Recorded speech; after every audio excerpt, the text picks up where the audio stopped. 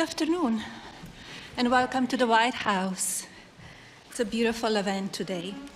So thank you for joining me to address this important issue. Secretaries Wright, McMahon, Rawlings, and Chavez-DeRemir. It's wonderful to be here today alongside private sectors, leaders like Mr. Pichai, Mr. Karishma, Mr. Wilson, and the many more visionaries from across industry. We are living in a moment of wonder, and it is our responsibility to prepare children in America. Cars now steer themselves through our cities. Robots hold steady hands in the operating room. And drones are redefining the future of war. Innovations of first-generation humanoids, factory automation, and autonomous vehicles have surged from private sector investment. Every one of these advancements is powered by AI. The robots are here. Our future is no longer science fiction. Data from the Bureau of Economic Analysis shows that AI innovation is clearly boosting America's GDP growth. Surely this is not a trend, for AI will serve as the underpinning of every business sector in our nation, including education, life sciences, finance, and design. In fact, I predict AI will represent the single largest growth category in our nation during this administration, and I won't be surprised if AI becomes known as the greatest engine of progress in the history of the United States of America. But as leaders and parents, we must manage AI's growth responsibly. During this primitive stage, it is our duty to treat AI as we would our own children, empowering but with watchful guidance. Today, in this room, is filled with the brightest minds of our time. As such, I challenge you to focus on 3 strategic priorities of AI's ecosystem, so America can lead in shaping a new, magnificent world. Infrastructure and energy, national security, and of course, talent. We must ensure America's talent, our workforce, is prepared to sustain AI's progress. And the Presidential AI Challenge is our first major step to galvanize America's parents, educators, and students with this mission. English is a new coding language for many, and with it, creativity will flow from every corner of America, sparking new industries, careers, and jobs. By supporting the Presidential AI Challenge, you are investing in our youth, America's next era builders. I would be remiss if I didn't thank our very determined Director of the Office of Science and Technology Policy, Mr. Michael Kartisios. Michael's vision will have a profound effect on how emerging technology shapes our future. Thank you, Michael. No, thank you, Madam First Lady, for your remarks and for hosting this second meeting of the White House Task Force on AI Education. And thank you to all of my colleagues on the task force here, including Secretary McMahon, Secretary Rawlings, Secretary Chavez-DeRemir, Secretary Wright, and White House AI and Crypto Czar, David Sachs. We are thrilled also to welcome a new member of a task force today, Assistant to the President for the Office of the First Lady, Haley Harrison. Thank you for joining us. It is an honor to have the support and advice of the First Lady as we seek to implement the President's plans to give America's children the chance to learn how to navigate our ever-changing technological world. As AI reshapes how people learn, work, and communicate, President Trump is committed to ensuring that Americans are equipped to lead the world in harnessing this technology for increased productivity and prosperity. To further that end, in April, the President signed an executive order focusing on the formation and promotion of AI educational and workforce development programs, especially for America's young people. Familiarity with how these exciting new tools work will, we hope, lay a very important foundation for a lifetime of innovation. That is why President Trump established this White House task force on AI education, and that is why this task force has helped put together the Presidential AI Challenge, which the First Lady launched just last week. And for that, thank you so much, Mrs. Trump. We are here today to talk about our future in the most real sense imaginable, how America's children can be prepared to build our country tomorrow with the cutting-edge tools of today. We are proud and grateful to announce new steps in fulfilling the mission of this task force and the President's vision for this AI challenge, as we welcome leaders from business, nonprofit, and education who are putting America's future first by pledging their resources to support AI training for American students, educators, workers, and families. So all of you here who are participating in the pledge, thank you for your generous pledges. The many contributors here today are committed to providing not only vital hardware, infrastructure, and education technology for students, but professional development opportunities for workers, for teachers, and for parents. Resources being made available include interactive lessons, educational toolkits, classroom guides, certifications, courses, workshops, webinars, and so much more. We are also honored to be joined by representatives of parent groups, who we trust will continue to provide invaluable advice. We are humbled by the responsibility you share with us in educating America's children, and very proud to seek your input and participation in every part of this effort. And as a new father of an 8-week-old, this means more to me than probably anything else we're talking about today. No one loves this nation's children and students like you do as their parents, who are each child's first teachers.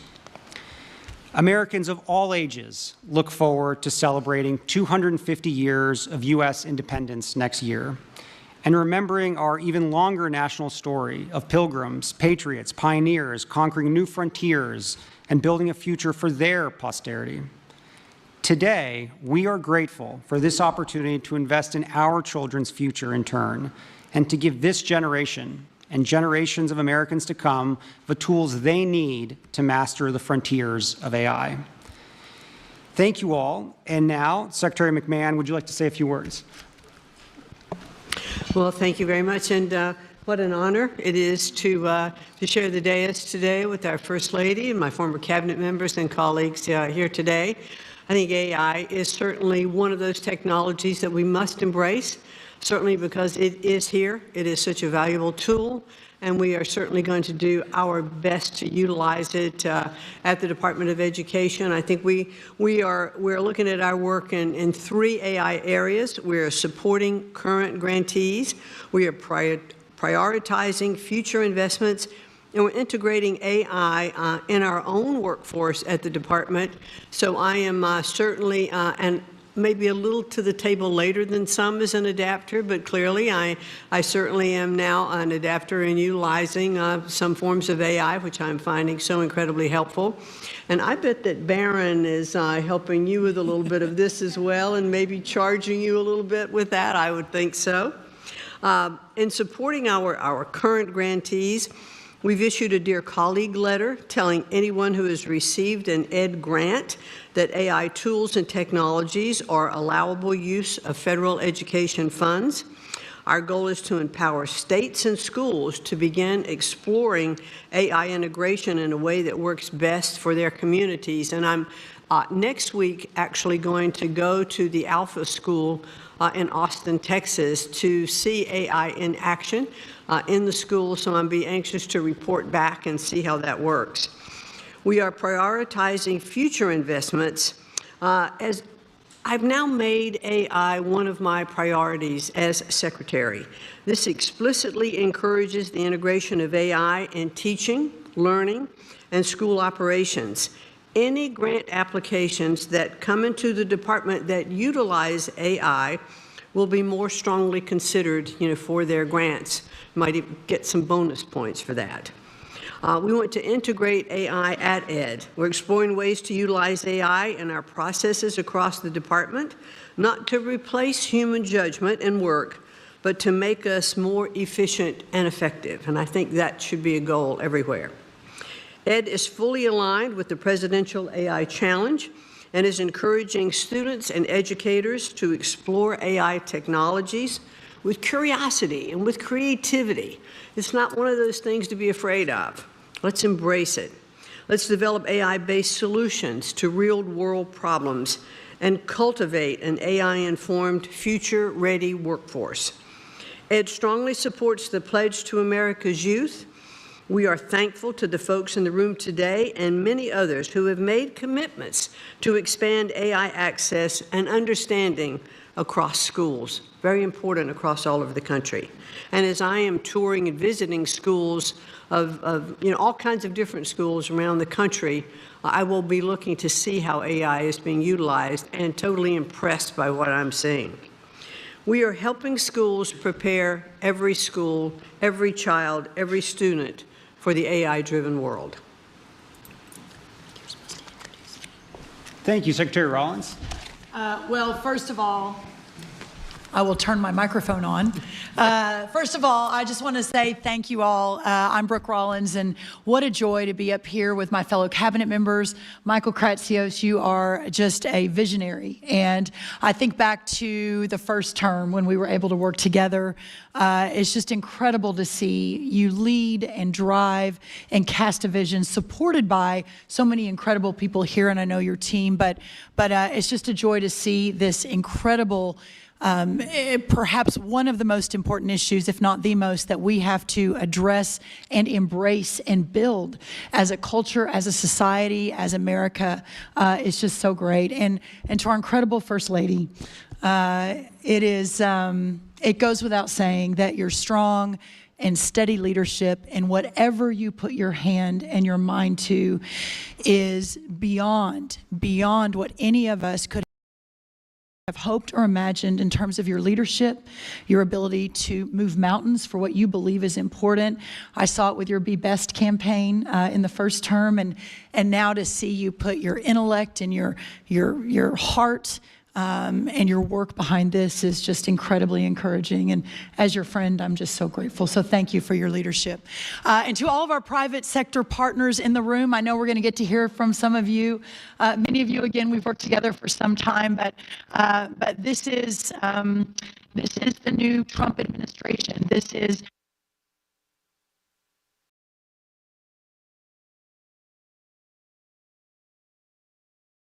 most vexing challenges facing America. So for those of you that have made this a priority in the private sector, we're just so grateful for your leadership and your willingness to lean in and realizing that sometimes in our country, things can get fairly divisive, but your willingness to lean in and to be part of the universal approach to solving these massive problems is just so appreciated. So thank you. I want to say that President Trump has been very clear. The United States will lead the world in artificial intelligence, period, full stop. Not China, not any of our other foreign adversaries, but America. And with the First Lady's leadership and the Presidential AI Challenge, we are making sure that our young people are ready to win that race. And I think that's why we're all here today. From my perspective as the Secretary of Agriculture and hyper-focused on rural America and returning the golden age of prosperity to every corner of this great country, I would like to say that far too often for those living and working in our rural parts of our country, that often those are left behind and do not always have the same access to the most recent technological innovations that our urban counterparts across the country do. We cannot let that happen with AI. The agricultural sector, who feeds and fuels and clothes the country, who provides the national security in terms of feeding ourselves and fueling ourselves, has the potential for a seismic shift driven by the integration of cutting-edge technologies like AI. While AI has already made some inroads in our farming practices and with our farmers and ranchers, its potential in agricultural education, and we're here to talk today about education, is equally transformative. From personalized learning experiences to predictive analytics for curriculum design, AI is reshaping how agricultural knowledge is imparted and absorbed. This is why USDA will leverage partnerships with 4-H, the Cooperative Extension System, and the National Future Farmers of America to bring the Presidential AI Challenge into the heart of rural America. With potential to reach nearly 6 million youth through 4-H and then 1 million through FFA, the sky really is the limit to change the future of rural America. Microsoft and FFA have already developed a partnership called Farm Beats for K through 12 students, where they can work with environmental sensor systems to monitor soil moisture and detect nutrient deficiencies. These changes will make our farmers more efficient and make our food supply more nutritious. In addition to amplifying the Presidential AI Challenge with our partners, USDA is well prepared to support research, extension, and education activities that promote the use of artificial intelligence. In fact, USDA led the way in the first Trump administration through the creation of 5 AI research institutes at our amazing land-grant institutions. This collaboration brought together government, academia, and industry and totaled over $100 million in investments in Trump 1 5, 6, 7 years ago to research the use of AI in agriculture. In addition to the cutting-edge research being conducted, a key tenet of these institutes is education and workforce development. We can point to many examples of this at USDA in supporting the training of an AI-ready workforce.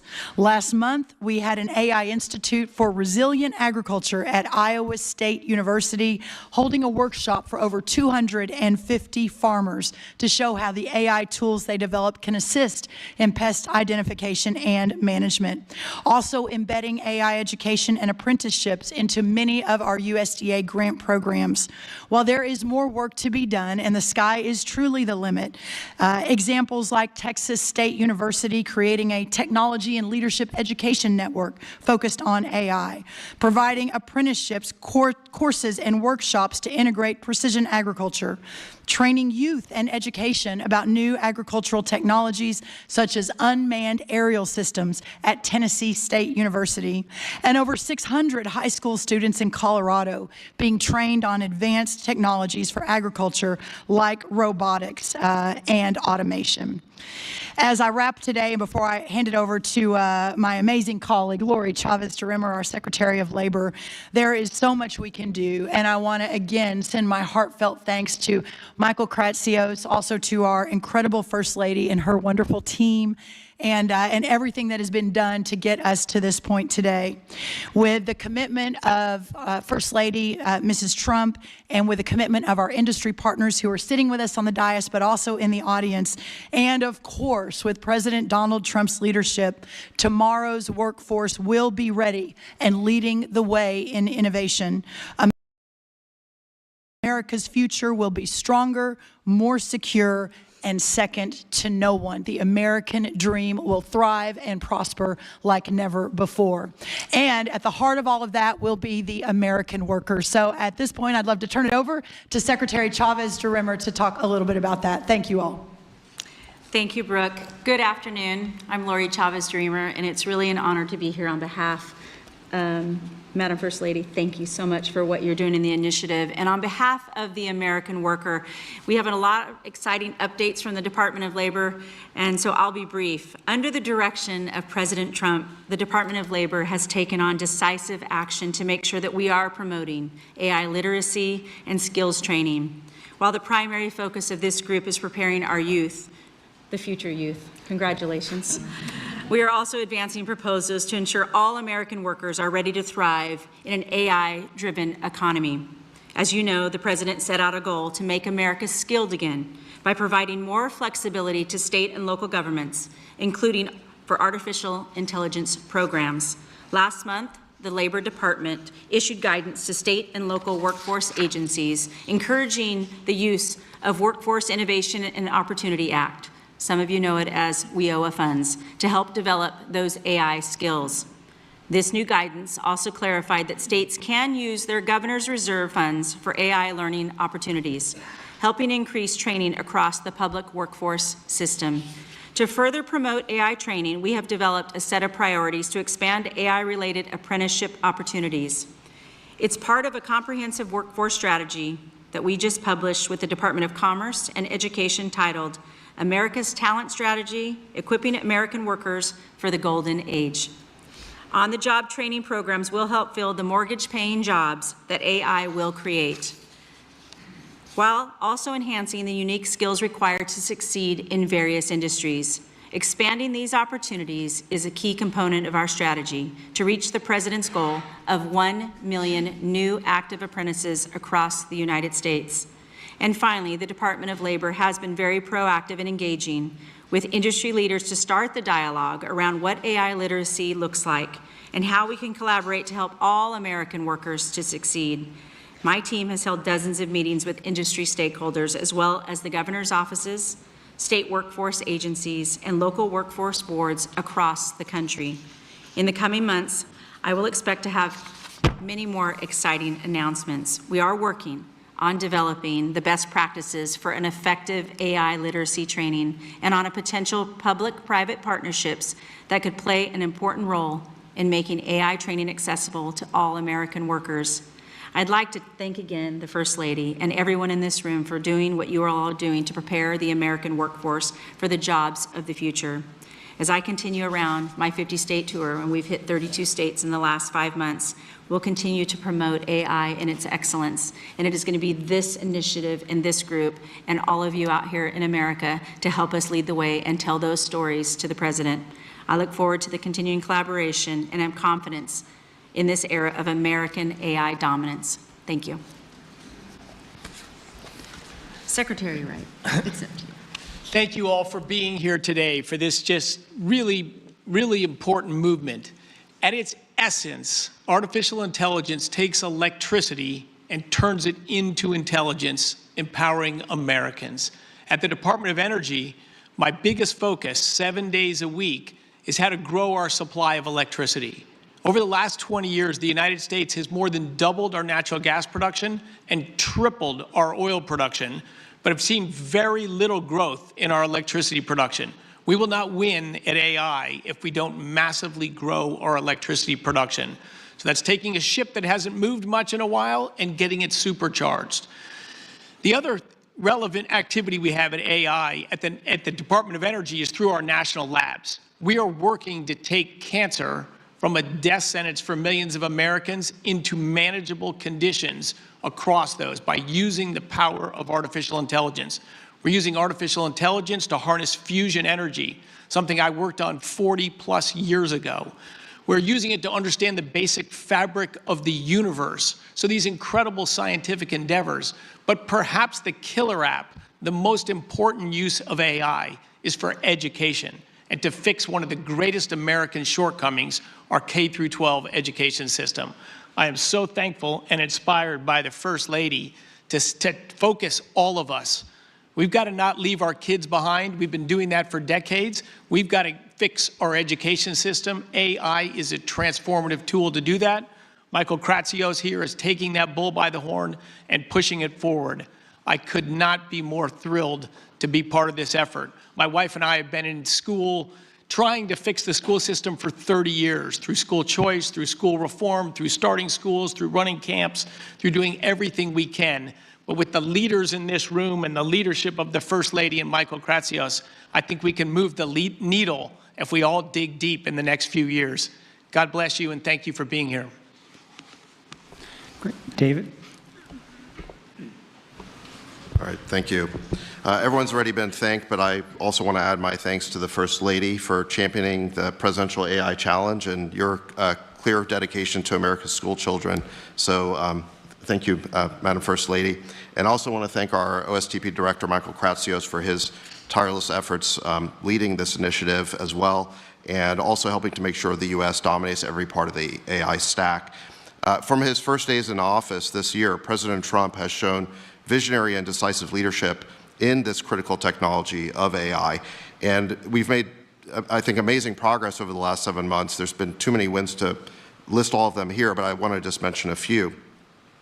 In the first week of his administration, President Trump rescinded hundreds of pages of unnecessary regulation, burdensome and unnecessary regulation, on our AI model companies and on our chip companies. And instead, in lieu of that, he initiated the development of an AI action plan that we just released a few weeks ago. And at the action plan's unveiling, this was on July 23rd, President Trump gave, I think, a momentous policy speech on AI, which is the most important speech that's been given on AI by any official.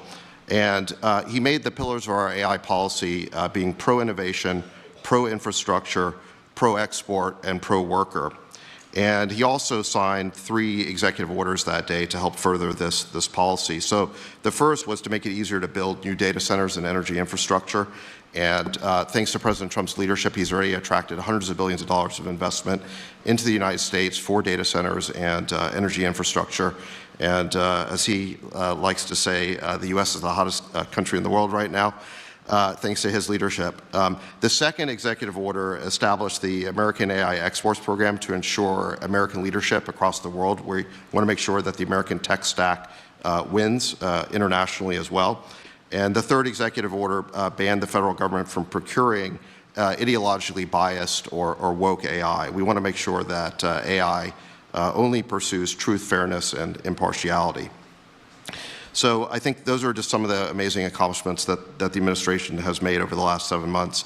As we meet here to discuss AI education and empowering America's children, it's still the very early days of this incredible industry, and I'm reminded of what President Trump said during that AI speech, that he said that American AI is like a beautiful baby that's just been born. We have to grow that baby and let that baby thrive. And he's absolutely right about that. And we have to enable our children to thrive with it. And let me acknowledge that when it comes to the topic of AI, there is a lot of fear out there.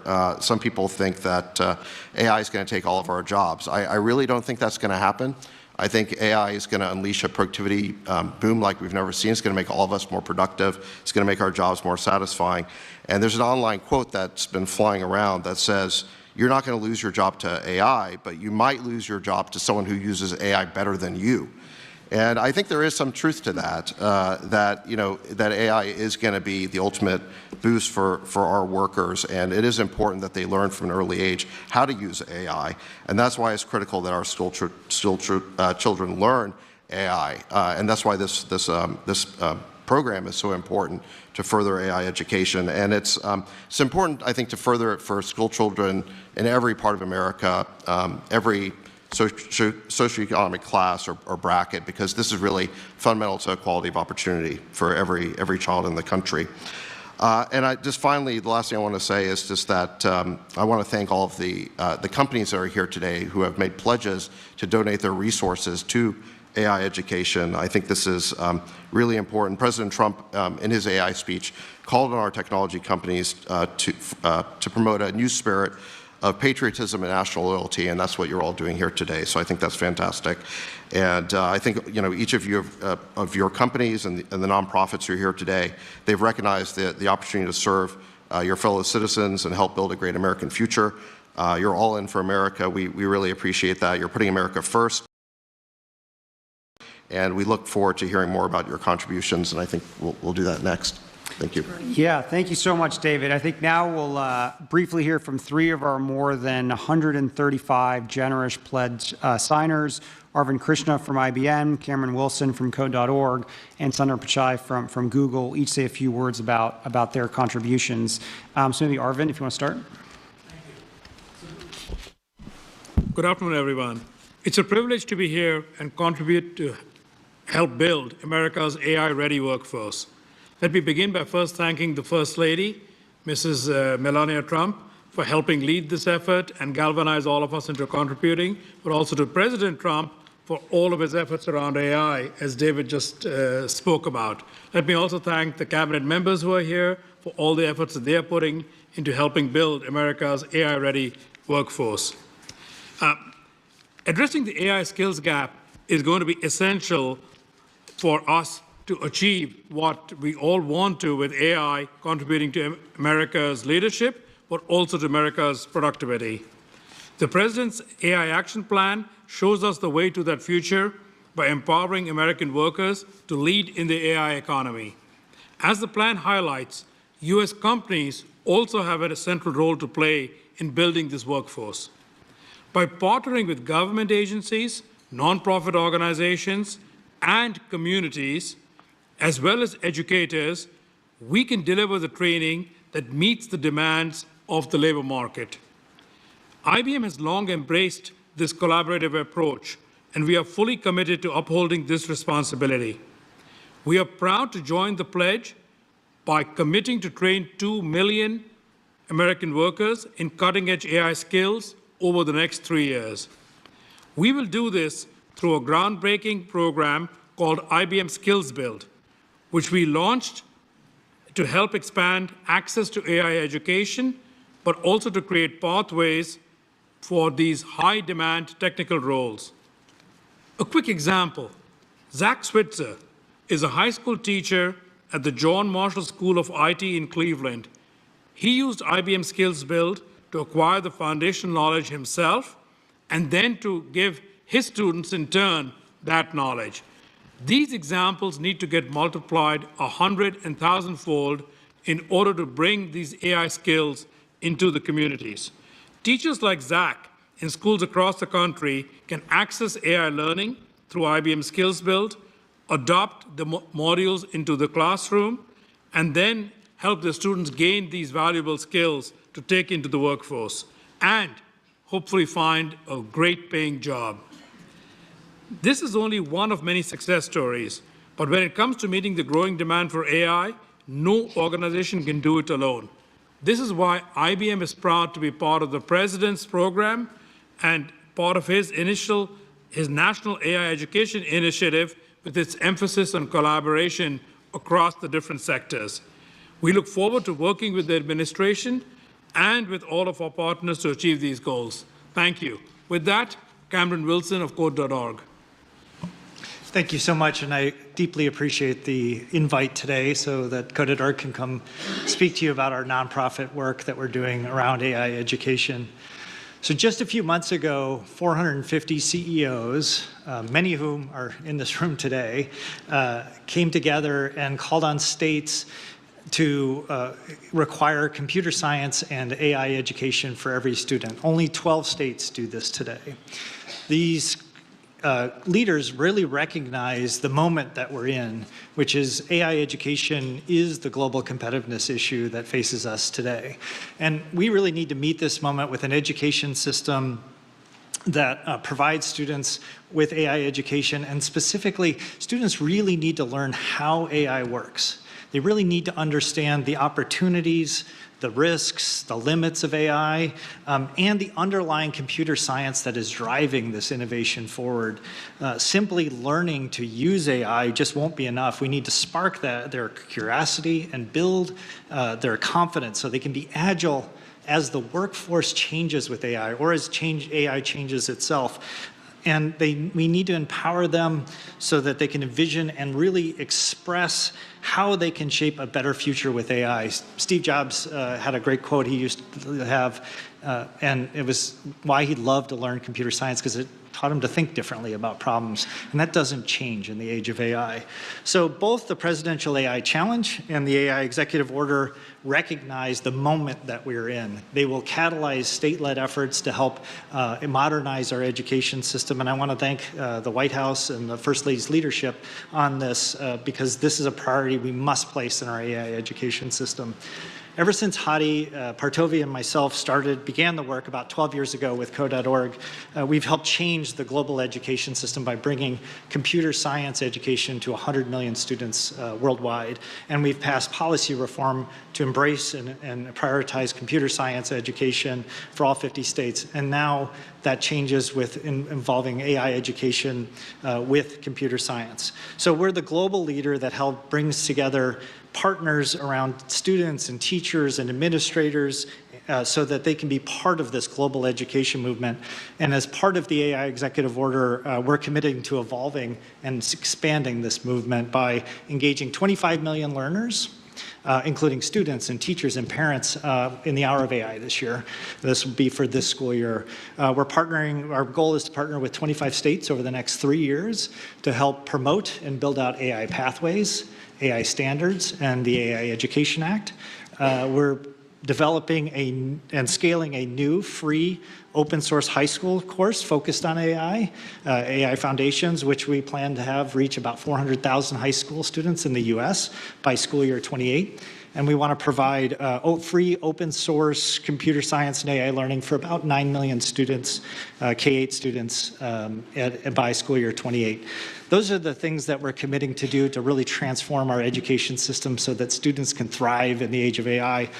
But we've always acted at Code.org with a broad community of partners, including teachers, administrators, and parents and leaders across all levels of government from all different parties. And particularly with our lead partners, Microsoft, Google, and Amazon, have always been a really unique contribution to our coalition and numerous other companies that are in this room. Pulling together this broad coalition of leaders has been the unique strength that we've helped build this global movement. And with AI education, we have a chance to both reinvigorate and expand this movement so that we can fulfill our vision that every student has a chance to learn AI and computer science and modernize education. So we would love for any organization that wants to partner with us to help us bring computer science and AI to the next 100 million students over the next decade. So thank you very much. And I want to turn it over to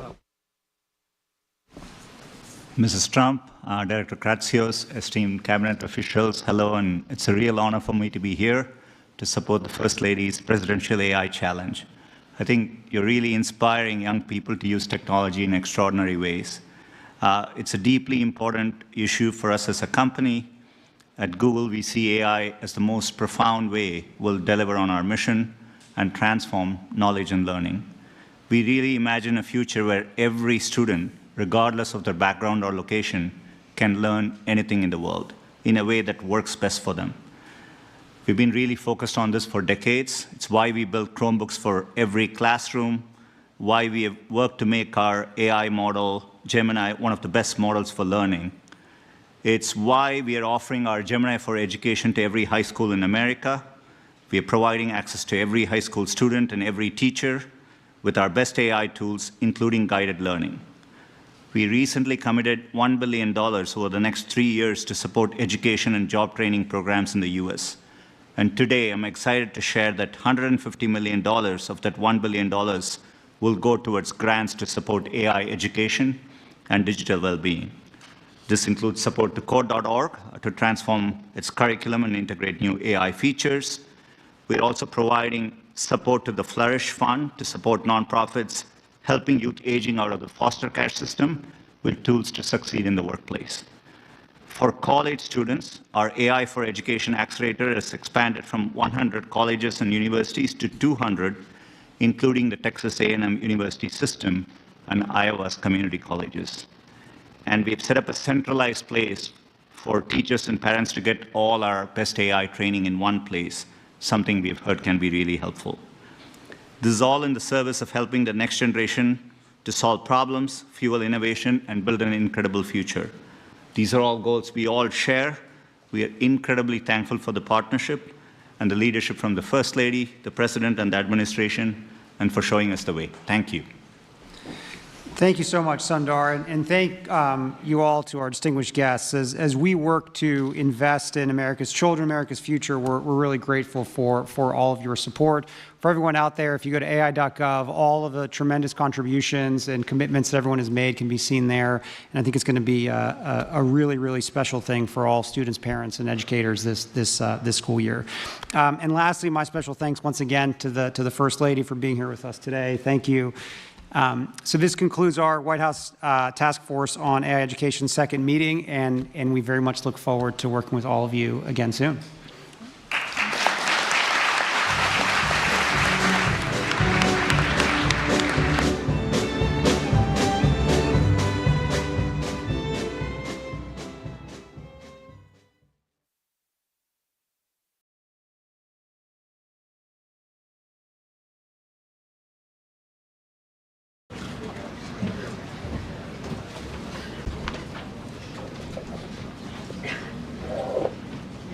Good afternoon, everybody. Good to see all of you.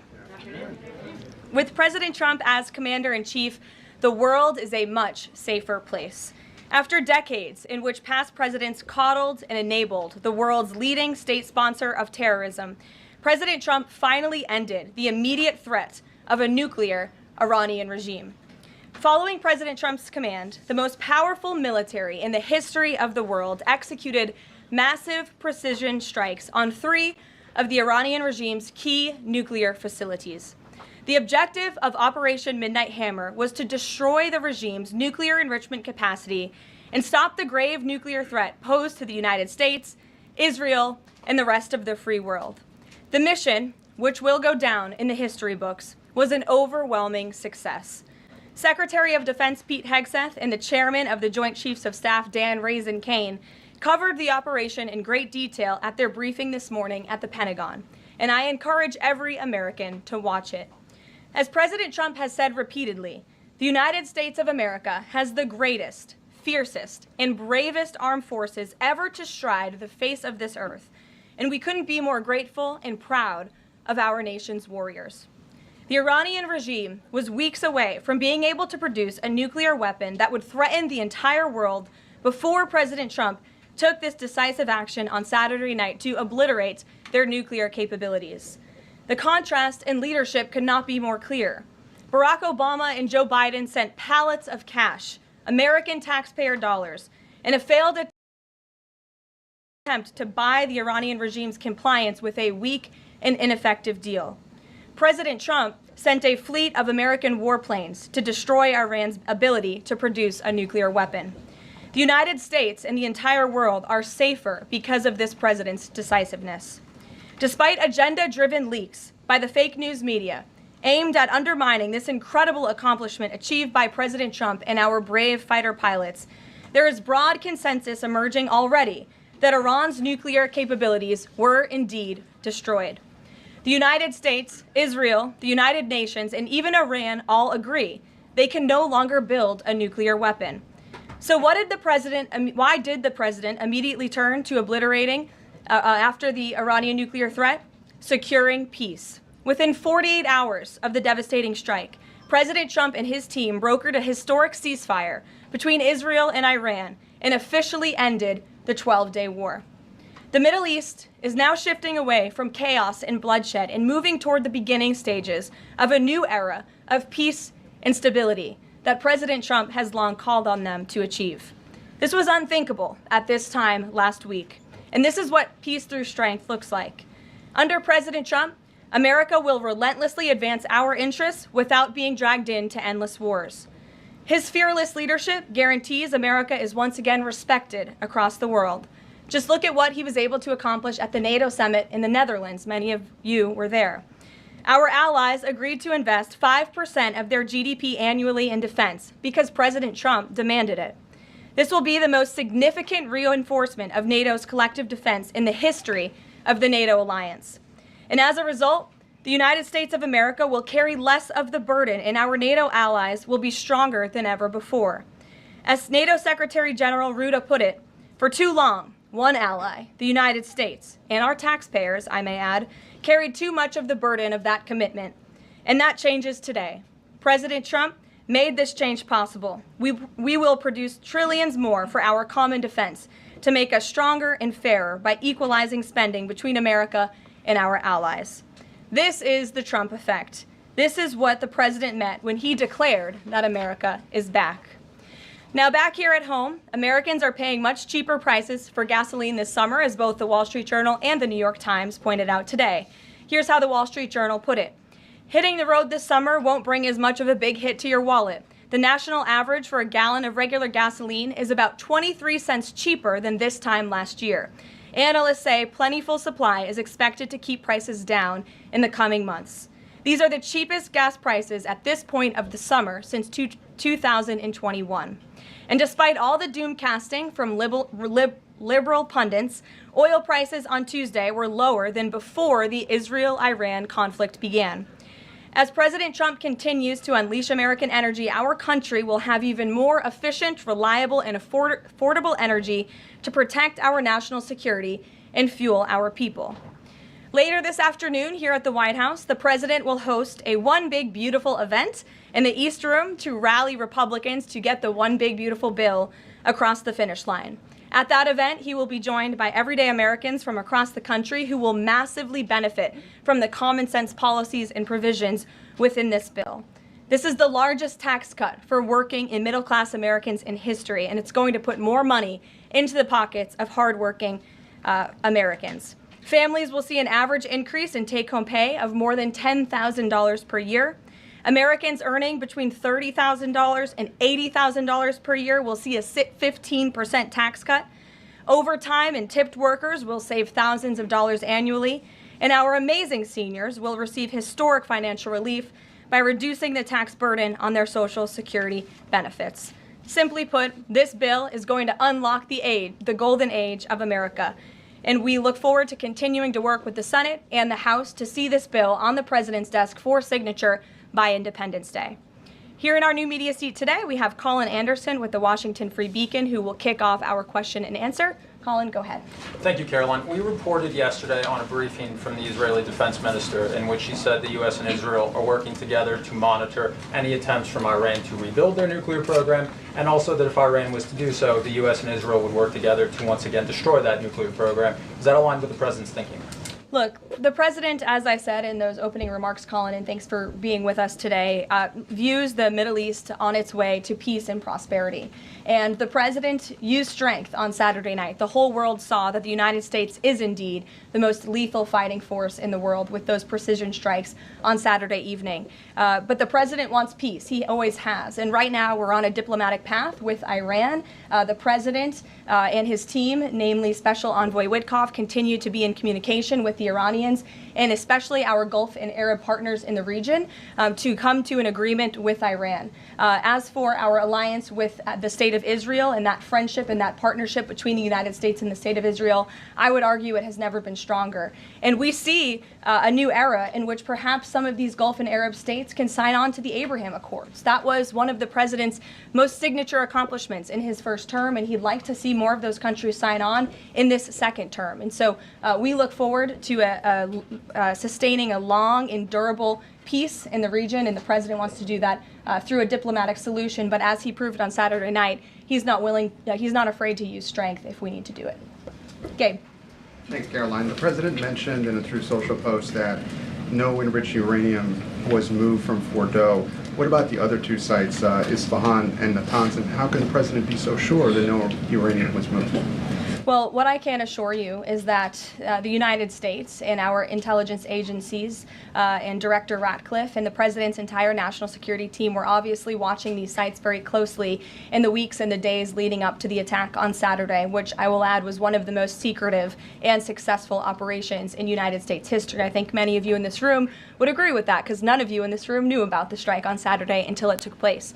So we were watching closely, and there was no indication to the United States that any of that enriched uranium was moved prior to the strike. From any of the sites? Correct. And then one more thing, Caroline. Next week, the president mentioned that there'd be talks with Iran. Didn't mention any details, and Iran has not confirmed them. Can you share any details about any potential talks next week? We don't have anything scheduled as of now, but I spoke to our Special Envoy Witkoff at length this morning, and I can assure all of you we continue to be in close communication with the Iranians and through our intermediaries as well, namely the Qataris, who have been an incredible ally and partner throughout this entire effort. And as I said, this administration is always focused on diplomacy and peace, and we want to ensure we can get to a place where Iran agrees to a non-enrichment civil nuclear program. And there are many other requests that the United States has. Those details continue to really, they're just starting. Of course, the operation was just on Saturday night, but we are in touch. And if there is a meeting, we will let you know as we always do. Brian. Thank you, Caroline. There's two, one on trade. On the July deadline that's coming up for the trade deals, is that deadline still hard and fast for the president, or is he now considering even coming to trade deals after that deadline, and where is he on that going forward? I think the president has been asked this quite a few times by many of you in the media. I've heard him answer it at press conferences and at gaggles. He just spoke about it on Air Force One. The deadline is not critical. The president can simply provide these countries with a deal if they refuse to make us one by the deadline, and that means the president can pick a reciprocal tariff rate that he believes is advantageous for the United States and for the American worker, and he will continue to do that. But as for the deals, our United States Trade Ambassador, Jameson Greer, I speak to him frequently. He's working very hard, and he has had very good and productive discussions with many of our key trading partners. And on the One Big Beautiful Bill, there's conversations on the Hill right now about the Medicaid cuts. Yeah, I'm curious if the final bill that the president's been talking about comes to him and it has Medicaid cuts in it, will he sign it, or would he rather just Congress do away with those cuts? I think our friends in both the Senate and the House know exactly where the president stands on Medicaid. He wants to get rid of the waste, fraud, and abuse, and they are working to do that in the Senate right now. Jennifer. Follow up on that, on the Big Beautiful Bill. Is there enough time for Congress to work through the issues it needs to work through? I'm saying, does the president need to move back his deadline a little bit? We expect that bill to be on the president's desk for signature by July 4th. I know that there was a ruling by the Senate parliamentarian this morning.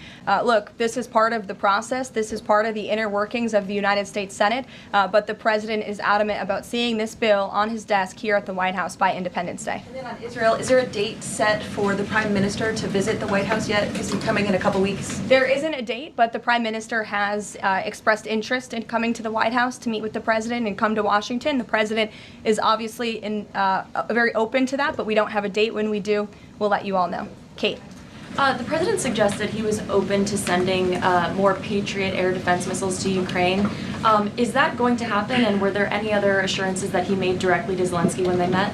I'll let the president speak on that. That was a private conversation between he and President Zelensky, but the meeting was a good meeting, and it was a meeting towards progress, and the president, as he said, repeatedly wants to see this war come to an end, but I'll let him speak on that specific And point. Witkoff yesterday suggested that there would be more countries signing on to the Abraham Accords. What's the timeline on that, and which countries specifically is the administration looking to have sign on? Well, the president is certainly hopeful that more countries in the region will sign on to the Abraham Accords. Again, we want to see a long, withstanding, endurable peace in the Middle East, and that's the way to do it. And when the president met with the new president of Syria, that was one of the requests that he made for Syria to sign on to the Abraham Accords. I don't have a timeline for you, but this administration wants to see that happen, and our partners in the region should know that. Rachel. Thanks so much. Just to follow back up on the meeting that the president mentioned about wanting to have this meeting with the Iranians next week. Clearly there's a willingness here from the administration to want to meet with Iranian officials.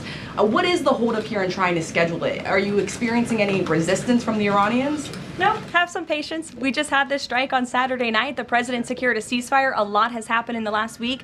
He was just in the Netherlands. Now he's back home to have a big event this afternoon on the One Big Beautiful Bill and get our domestic priorities across the finish line. So we'll get there. And like I said, we're in constant communication. And just one more, just on the goal of the meeting. The president mentioned yesterday that it may not be necessary to have an agreement with the Iranians.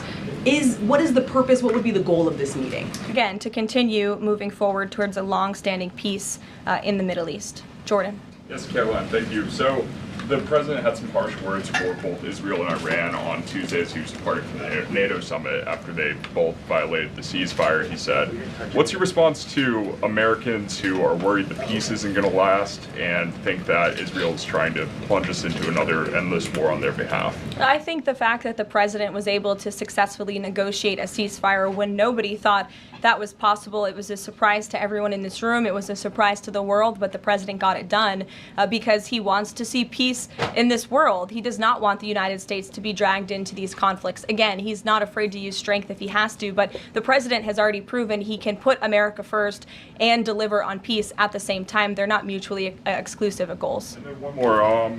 You know, after Kari Lake, she testified in the House Foreign Affairs Committee on the waste, fraud, and abuse and the rot, really, in Voice of America and USAGF. The president called for Congress to kill it.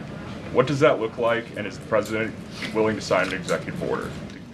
Well, I believe that that action would have to be legislative through Congress, and the president directed Congress to get that done in his Truth Social post yesterday. If there is any executive action that can be taken to cut some of the waste, fraud, and abuse or do away with the program entirely, I'm sure our great Deputy Chief of Staff, Stephen Miller, is already looking into it. And if it can be done, it will be done here at the White House, but Congress should act as well. To the back, go ahead. Yes. Okay, Caroline, thank you. The administration has To said the back, that- and then Carrie, I'll come to you. The administration said that the DIA report was low confidence intel. Can you share what other assessments are currently underway to get to the bottom of just how effective these strikes were? Yes, well, I can assure you what the CIA director said, that when we look at the entirety of the intelligence that we have to this date, it concludes that these strikes on the Iranian nuclear facilities were absolutely successful. It was a total obliteration, as the president said, and not only does our own intelligence say that, but also the Iranian foreign minister has said that. We saw Israel conclude the same thing based on their own intelligence. We also had the United Nations say that as well. So I think the only other time the United Nations, Israel, Iran, and the United States has agreed on something is that the sky is blue, but they all agree that Iran's nuclear facilities were completely demolished. And I would just like to reemphasize, you mentioned this was a low confidence preliminary intelligence assessment, and the entirety of that assessment was not leaked to the media. Only tidbits of that assessment were leaked to CNN. And we have seen this playbook run before, where you have people in the intelligence community, or perhaps on Capitol Hill, we don't know, but I believe the FBI is investigating to find out who that leaker was, because it's illegal and they should be held accountable for that, leaked bits and pieces of an intel assessment to push a false narrative. And it's to the same reporter, I will add, Natasha Bertrand of CNN, who has done this in the past. In 2020, it was Natasha Bertrand who had 51 intelligence analysts falsely lie to her, but she still put it on paper for some reason, that the Hunter Biden laptop story was Russian disinformation. We all know that's not true, right? We can all agree on that now. That was a lie from the intelligence community. Also in 2020, this same reporter, Natasha Bertrand, wrote that a top intel agency ruled out the man-made lab leak theory of the coronavirus origins. Again, the president was right about that. This reporter wrote a lie from the intelligence community to seek a narrative she wanted to prove, and guess what? We now know that's the truth. Also, in 2024, Bertrand pushed the suckers and losers hoax. She also pushed the fine people hoax, which was taking the president's words purposely out of context. And then last October, and I believe this is notable, Natasha Bertrand published an article in Politico from the intelligence agency. She said that John Ratcliffe was speaking without any evidence when he said Iran was attempting to undermine President Trump's presidential campaign. And then we, of course, found out that was absolutely true. In fact, the Biden administration declassed an intel report which said they had high confidence that Iran had done exactly what Ratcliffe alleged. They did run an influence campaign to hurt President Trump's candidacy. In fact, we know the Iranians tried to take President Trump's life. And so this is a reporter who has been unfortunately used by people who dislike Donald Trump in this government to push fake and false narratives. She should be ashamed of herself. And that's not what reporting is. Journalism is trying to find the facts and the truth. And this week we saw this same reporter being used to push a fake narrative to try to undermine the President of the United States, and more importantly, the brave fighter pilots who conducted one of the most successful operations in United States history. And I think the American people fully know that this operation was a complete and total success. Elizabeth. Thank you, Caroline. The Miami Herald recently published a story saying the Trump administration was targeting migrant foster children. The Trump administration has denounced this as false. Could you clarify the Trump administration's position on protecting migrant children, particularly the 300,000 lost under the Biden administration? Yes, I saw that Miami Herald article yesterday, and I was aghast at the headline. It's egregious to accuse this administration of trying to target foster children. That is not at all what is happening at the Department of Homeland Security. And I learned that the Department of Homeland Security actually tried to work in good faith with this reporter to get this story right, to explain that this administration is trying to protect foster children. We are trying to keep children out of harm's way, even if that means their parents are not law-abiding citizens. We want to protect children, unlike the previous administration, which allowed children to be trafficked and raped, and in some cases killed because of the open border policies. Unfortunately, the Miami Herald just completely degraded themselves with this report, despite having a full list of facts from the Department of Homeland Security. It's another example of fake news. And the May border numbers speak for themselves. Not a single illegal alien was allowed into this country because of this administration's border policies in the month of May. That means not a single child was allowed into this country, possibly with human smugglers or human traffickers. And we know that was happening at the rate of thousands and thousands of children every single month in the previous administration for 4 years. And you didn't see any reporting of that from the Miami Herald, but now they're trying to accuse this administration. And we tried to give them the facts, and they refused to report them. So thank you for bringing that report to light. Aisha. Good to see you again. You too. I know you're looking for You're this. usually on the Hill. I know, I'm here today. I know you're looking for this leaker. Is it your belief, I know you said earlier you're not sure if it's on Capitol Hill or at the Pentagon, but is it your belief that it might be in Capitol Hill, and how confident are you that you'll find this leaker? Well, I'm not personally looking for the leaker. The FBI is looking for the leaker, so you'll have to ask them in the Department of Justice in terms of this investigation. But leaking top secret classified intelligence is a crime, and people need to be held accountable for that crime. Can I just ask you about how you're going to be limiting intel to Congress? What would you say to lawmakers who say they have oversight privileges, they need this information? This administration wants to ensure that classified intelligence is not ending up in irresponsible hands, and that people who have the privilege of viewing this top secret classified information are being responsible with it. And unfortunately, clearly, someone who had their hands on this, and it was a very few people, few number of people in our government who saw this report, that person was irresponsible with it, and we need to get to the bottom of it, and we need to strengthen that process to protect our national security and protect the American public. Mary Margaret, go ahead. Thank you, Caroline. Sure. You just laid out a lot of different stories about disinformation that Natasha, excuse me, that Natasha Bertrand had pushed during her time at Politico and at CNN. Why would any member of the Trump administration leak anything to her? Well, again, as I just said, we're investigating who that leaker was. It could have been someone in the intelligence community, or it could have been someone on Capitol Hill who had access to this document. The FBI is searching for that person. Go ahead. Thanks, Caroline. The president was And obviously... clearly it was done to undermine the president, to answer your question. And I'm sorry, I really wanted to follow up on that really quickly. Before the strikes on Iran, we saw a number of other leaks about Tulsi Gabbard, the Vice President Vance. Is there an effort to divide the president's team when it comes to these leaks and which reporters they choose? I do believe there's an effort on the outside of this building to try to divide the president's team on the inside, and sometimes you have to look at these headlines and laugh, because I've been in meetings where I know these things are absolutely not true, and again, we do our best here, I believe, to try to push back and correct the record with all of you, but there is fake reporting. That's just the reality of this country, unfortunately, but I can assure you the president's team is strong, especially the national security team. Everyone is very proud of the president, of our commander-in-chief, and of our military for the successful operation that took place on Saturday night. Thanks, Caroline. The president was obviously very pleased with getting his NATO allies to increase defense spending. He's made the same demands of Asia-Pacific allies of the United States, including Australia, where I'm from. How does the NATO result impact negotiations with Asia-Pacific allies? Does it, for say, strengthen the president's resolve to say, well, our NATO allies have done it, now you need to do it too?